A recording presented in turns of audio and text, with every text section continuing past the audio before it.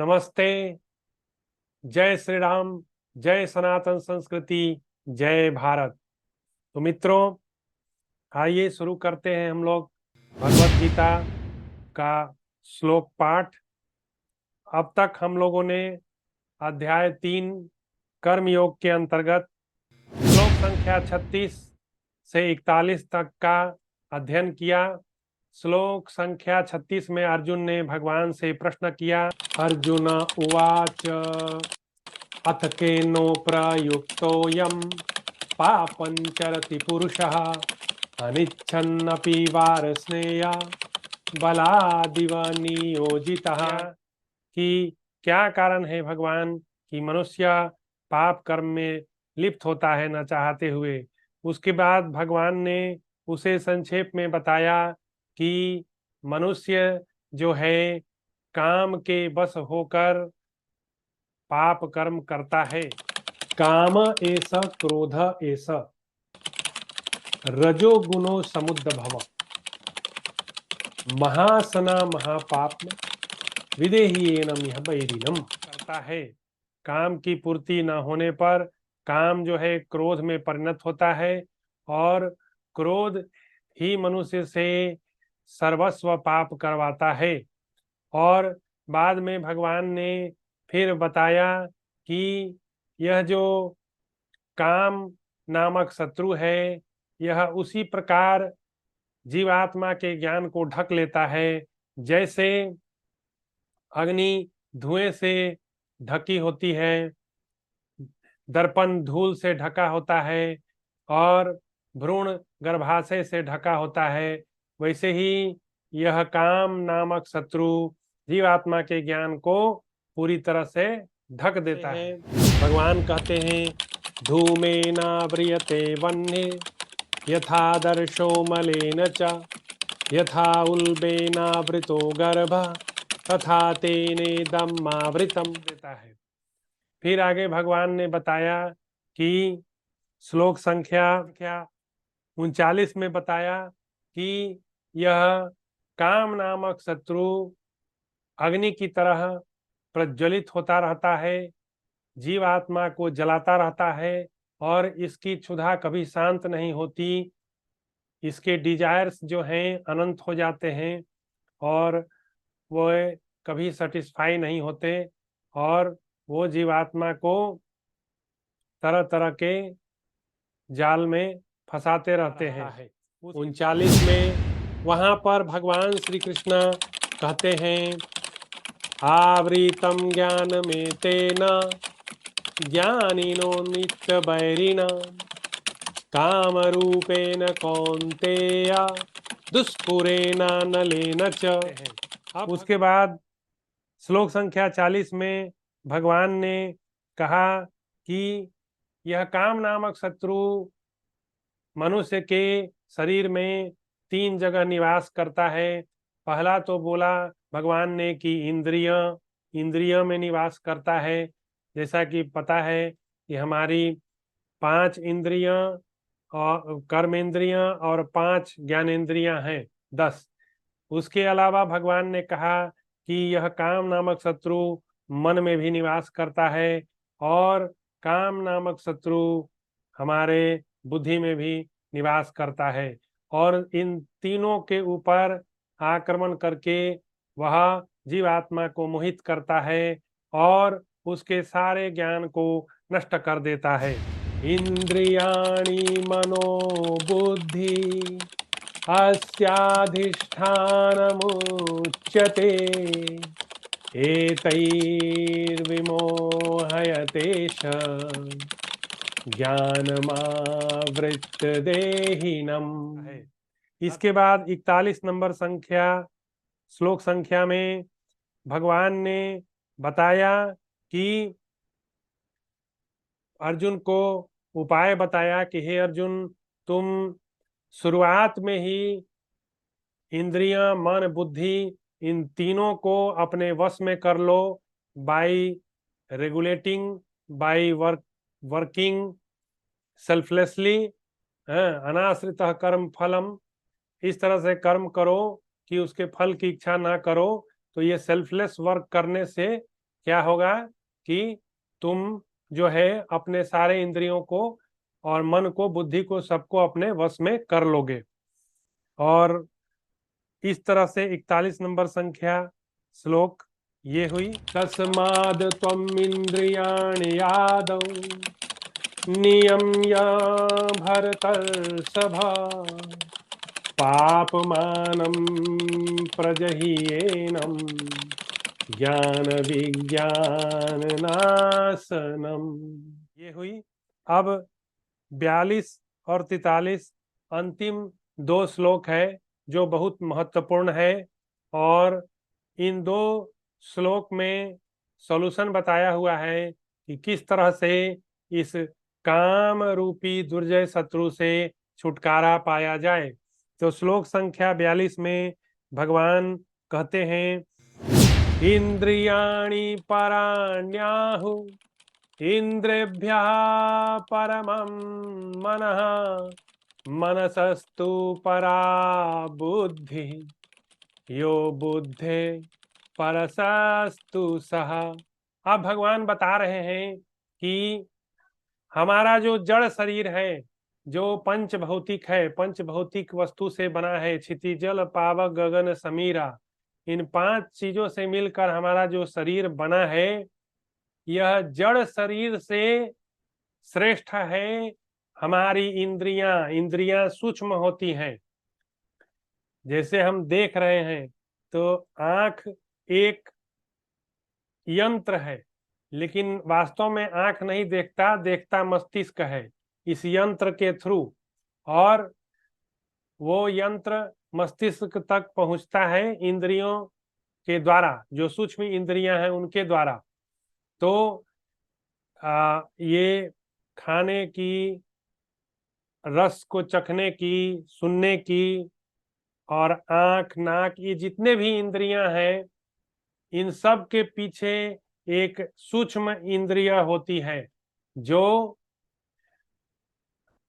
अनुभव कराती है एक्सटर्नल वर्ल्ड का। एक्सटर्नल वर्ल्ड से इंटरनल वर्ल्ड माइंड के थ्रू परसेप्शन जो है होता है। तो भगवान कह रहे हैं कि हमारे जड़ शरीर से श्रेष्ठ है, बलवान है कौन? हमारी इंद्रियां, जो सूक्ष्म इंद्रियां हैं। उसके बाद भगवान कहते हैं कि इंद्रियों से भी एक स्टेप ऊपर है कौन है?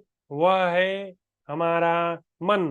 हाँ, इंद्रियभ्यः परमं मनः, हमारा जो मन है वह इंद्रियों से परे है, इंद्रियों से पर है, इंद्रियों से श्रेष्ठ है।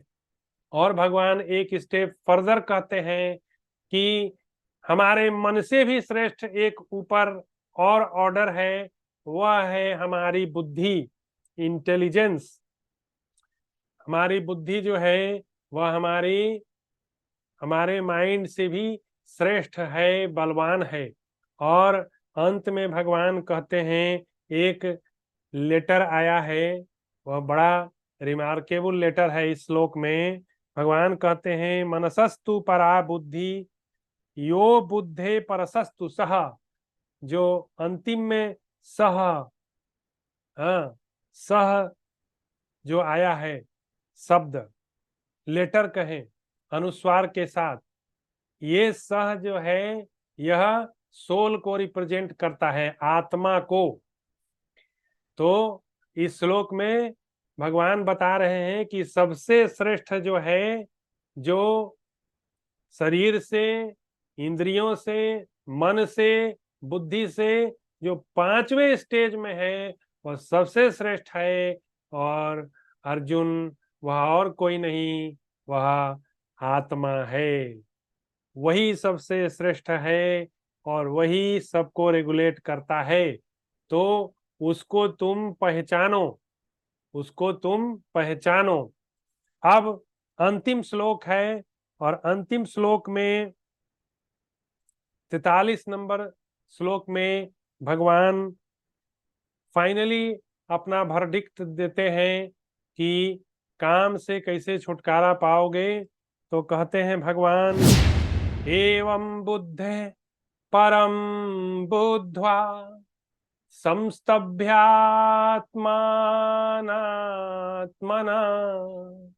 जहि शत्रु महाबाहो कामरूपम दुरासदम। भगवान कहते हैं कि इस तरह से आत्मा को सबसे सूक्ष्म, सबसे श्रेष्ठ, सबसे बलवान जानकर, हे अर्जुन, उसको पहचान कर तुम जो काम रूपी दुर्जय शत्रु है उसको मार डाल। यही भगवान का वर्डिक्ट है कि आत्मा के शक्ति को पहचान, क्योंकि आत्मा जड़ शरीर, इंद्रियां, मन, बुद्धि इन सब से परे है, सबसे श्रेष्ठ है, अविनाशी है, अचिंत्य है और वह शाश्वत है। अजो नित्यम शाश्वतम मयम पुराणो। भगवान ने आत्मा की क्वालिटी बताई है कि वह अजन्मा है, शाश्वत है, नित्य है और पुरातन है। तो उस अज, शाश्वत, नित्य, पुरातन, सबसे सूक्ष्म, सबका प्रोपराइटर उस आत्मा के शक्ति को पहचान कर, हे अर्जुन, तू इस काम रूपी दुर्जय शत्रु को मार डाल, क्योंकि यही शत्रु मनुष्य को नरकगामी करता है। और जो इसे वश में कर लिया, अपने इंद्रिय मन बुद्धि को वश में कर लिया, तो वह परम धाम, सीधे भगवान के धाम में प्रमोट करता है। Promotion, direct promotion. तब अब निष्कर्ष पर आते हैं। तब सवाल उठता है कि क्या यह इतना आसान है जितना भगवान ने इन 8 श्लोकों में, एक में अर्जुन ने प्रश्न किया और 7 श्लोकों में भगवान ने उसका जो है उत्तर बताया। तो भगवान कह रहे हैं कि आत्मा के शक्ति को पहचान कर इस दुर्जय काम रूपी शत्रु को मार दे। तो क्या इतना आसान है? नहीं, यह आसान नहीं है, यह बहुत कठिन है। इस काम रूपी शत्रु को जीतने के लिए मनुष्य को बहुत ज्यादा परिश्रम करने की आवश्यकता है। यह फोर्सफुल्ली दबाया नहीं जा सकता, क्योंकि इस जगत का, सृष्टि का आधार है वह काम। यदि वह काम ना हो तो इस जगत का सृजन नहीं होगा। इसीलिए भगवान ने गीता में कहा है, कामो अस्मि भरतर्षभ। हे भारत, मैं काम भी हूं। तो यह काम देवता कौन है? स्वयं भगवान कृष्ण की विभूति है। तो बिना भगवान कृष्ण के आज्ञा के कोई इसको जीत सकता है? नहीं जीत सकता है। अरे महादेव, ब्रह्मा, इंद्र, देवता, कौन कौन इसके चक्कर में नहीं घूमे हैं? हाँ, आपको याद होगा कि किस तरह से भगवान शंकर ने जब अमृत मंथन हुआ था, तब उस समय जब भगवान ने मोहिनी रूप बनाया था तो शिव जी कैसे पगला गए थे। हाँ, हालांकि वह सब भगवान की लीला होती है। भगवान दिखाना चाहते हैं कि वास्तव में काम जो है एक बहुत प्रबल दुर्जय शत्रु है, इसको जीतना बड़ा कठिन है। वैसे महादेव के लिए कुछ भी कठिन नहीं है, लेकिन भगवान लोग जो है लीला करके दिखाते हैं कि वास्तव में ये बहुत कठिन है। और इसको जो जीतना चाहता है उसे क्या क्या करना होगा, तीन काम करना होगा। पहला, उसे अपना कर्म करना होगा। दूसरा, उसे थोड़ा थोड़ा ज्ञान भी प्राप्त करना होगा।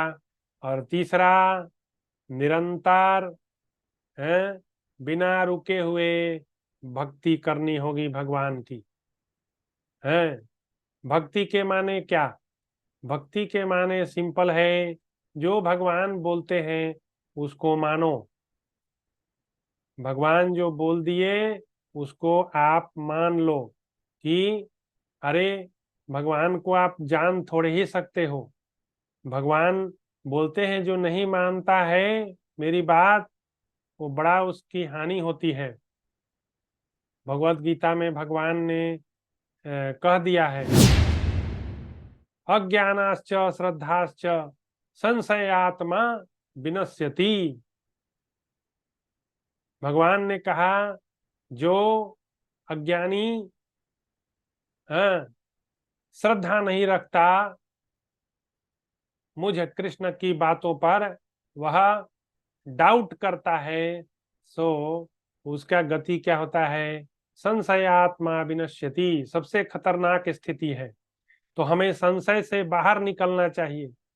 और संशय से बाहर निकलने के लिए क्या करना होगा कि धीरे धीरे धीरे धीरे धीरे धीरे भगवान की भक्ति करने से अंतर्यामी रूप से भगवान सब में विराजमान है। सारा जगत को तो वही नियंत्रित कर रहे हैं। तो इस तरह से हमने एक बहुत अच्छा पाठ पढ़ा और समझा कि मनुष्य क्यों पाप कर्म में लिप्त होता है और कैसे इससे छुटकारा पाया जाए। तो अब मैं अपनी वाणी को यहीं विराम दूंगा, क्योंकि वीडियो बहुत लंबा हो जाता है। और अगली बार फिर अर्जुन के एक दूसरे प्रश्न पर हम लोग चलेंगे और अर्जुन प्रश्न करेंगे और भगवान श्री कृष्ण उसका फिर उत्तर देंगे। तो हम लोग देखेंगे कि और कितने तरह के प्रश्न अर्जुन भगवत गीता में भगवान से करते हैं और भगवान उसका क्या उत्तर देते हैं।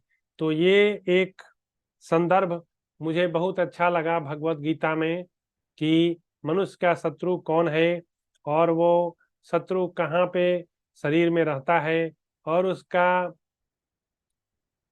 इलाज क्या है, यह सब भगवान ने बता दिया है।